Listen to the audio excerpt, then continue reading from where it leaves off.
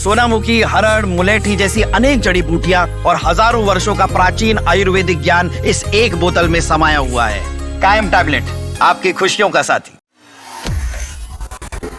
Supreme court ने NCERT को तगड़ी फटकार लगाई है। मामला क्या है? आखिर क्यों एनसीईआरटी पर अब सुप्रीम कोर्ट भड़क गया है? सीजेआई चंद्रचूड़ ने ऐसा क्या बयान दिया है जो भ्रष्टाचार और न्यायपालिका को लेकर बेहद ही गंभीर है? आखिर क्यों सीजेआई सूर्यकांत को एनसीईआरटी के मामले में दखल देना पड़े? पूरा मामला क्या है और क्यों अब एनसीईआरटी को ये कड़ी फटकार लगाई गई है? चलिए विस्तार से बताता हूं। दरअसल ये पूरा मामला एनसीईआरटी की किताब से जुड़ा हुआ है। उसे लेकर बवाल हुआ, विवाद हुआ। ये पूरा मामला सुप्रीम कोर्ट तक पहुंचा और उसके बाद से ही सुप्रीम कोर्ट ने फटकार लगाई है। सीजेआई सूर्यकांत ने दो टूक में कह दिया कि किसी को भी न्यायपालिका को बदनाम नहीं करने देंगे। पूरा मामला एनसीईआरटी की कक्षा 8वीं की किताब से जुड़ा हुआ है, जिसमें एक चैप्टर है और उस चैप्टर में न्यायपालिका को भ्रष्टाचार से जोड़ा गया है।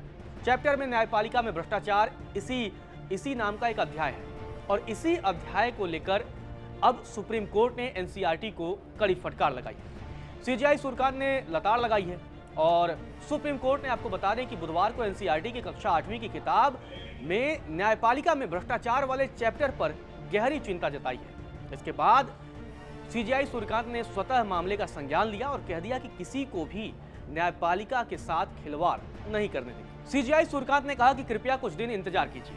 बार और बेंच सभी परेशान हैं, सभी हाईकोर्ट के जज परेशान हैं। मैं इस मामले को खुद देखूंगा। मैं किसी को भी संस्था को बदनाम करने की इजाजत नहीं दूंगा।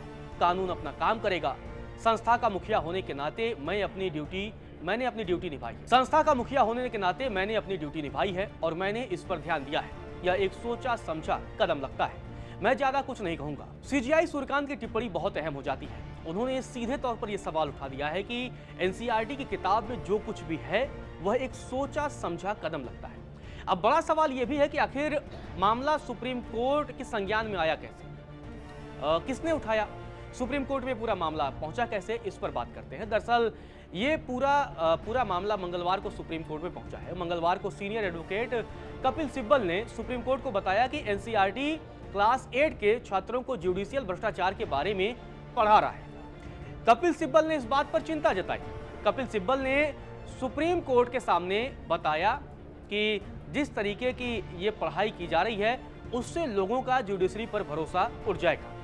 कपिल सिब्बल के अलावा सीनियर एडवोकेट अभिषेक मनु सिंघवी ने भी इस पूरे मामले पर चिंता जताई और टॉपिक पर आपत्ति जताई। कोर्ट में सिंघवी ने सीधे तौर पर कहा कि सेलेक्टिविटी माय लॉर्ड, सेलेक्टिविटी या दूसरे एरिया में भी है लेकिन जुडिशियल करप्शन में नहीं। इस पर जस्टिस बागची ने टिप्पणी की और कहा कि यह किताब बेसिक स्ट्रक्चर के ही खिलाफ लगती है। यहाँ तमाम जजों ने इस पर चिंता जताई है। अब इस पूरे मामले को समझते हैं कि आखिर एनसीईआरटी अपने बच्चों को क्या पढ़ा रहा है। क्लास 8 में जुडिशरी को भ्रष्टाचारी क्यों बताया जा रहा है? दरअसल एनसीईआरटी की कक्षा 8 की सोशल साइंस की नई किताब में न्यायपालिका में भ्रष्टाचार नाम के एक सेक्शन को रखा गया है, जबकि पहले वाले एडिशन में ऐसा नहीं था, जिसमें ज्यादातर कोर्ट के स्ट्रक्चर और रोल पर ही फोकस किया गया था। मतलब पहले छात्रों को पढ़ाया जाता था कि कोर्ट क्या है, कोर्ट की भूमिका क्या है, उसका स्ट्रक्चर क्या है, कोर्ट कैसे काम करता है और कैसे डेमोक्रेसी में कोर्ट की भूमिका है, कितनी भूमिका है, कितनी पावर है, सोसाइटी में कितना रोल है, ये सारी चीजें पढ़ाई जाती थी। किताब के अध्याय में अब लिखा है कि न्यायपालिका के विभिन्न स्तरों पर लोगों को भ्रष्टाचार का सामना करना पड़ता है। मतलब अब छात्रों को यह पढ़ाया जा रहा है कि जुडिशरी में करप्शन हावी हो गया है और लोगों को कई स्तरों पर लगातार करप्शन का सामना करना पड़ता है। गरीबों और वंचितों के लिए इससे न्याय तक पहुंच का मुद्दा और भी गंभीर हो सकता है। इसीलिए न्यायिक प्रणाली में विश्वास और पारदर्शिता बढ़ाने के लिए राज्य और केंद्र स्तर पर लगातार प्रयास किए जा रहे हैं। जब ये बात लिखी जा रही है तो इसमें कहीं ना कहीं सरकारों को यह कहा जा रहा है कि सरकारें कोशिश कर रही हैं जुडिशरी के करप्शन को कम करने के लिए। किताब में आगे लिखा है कि इसमें प्रौद्योगिकी का उपयोग भी किया जा रहा है जिससे करप्शन कम हो और जहां भी भ्रष्टाचार के मामले सामने आ रहे हैं उनके खिलाफ त्वरित और निर्णायक कार्रवाई भी की जा रही है। ये दावा किताब में किया गया है। किताब में यह भी बताया गया है कि सुप्रीम कोर्ट में लंबित मुकदमों की संख्या लगातार बढ़ रही है और कहा गया है कि सुप्रीम कोर्ट में अकेले 81,000 से ज्यादा मामले पेंडिंग में हैं।